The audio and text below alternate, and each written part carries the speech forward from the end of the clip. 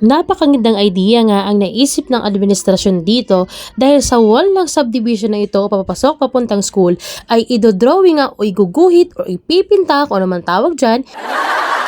Ipipinta dyan ang history ng Bacoor, ang kasaysayan ng Bacoor mismo. Dito nga hindi na ako nakatiis at nilapitan ko na si Kuya na makita ko kung ano ang kanyang ipipinta para alam ko na ang magiging resulta. Uy, napakaganda. Bonggang bongga. Kaya wala kang payong. Paano naman ako pasilong. Pasilong.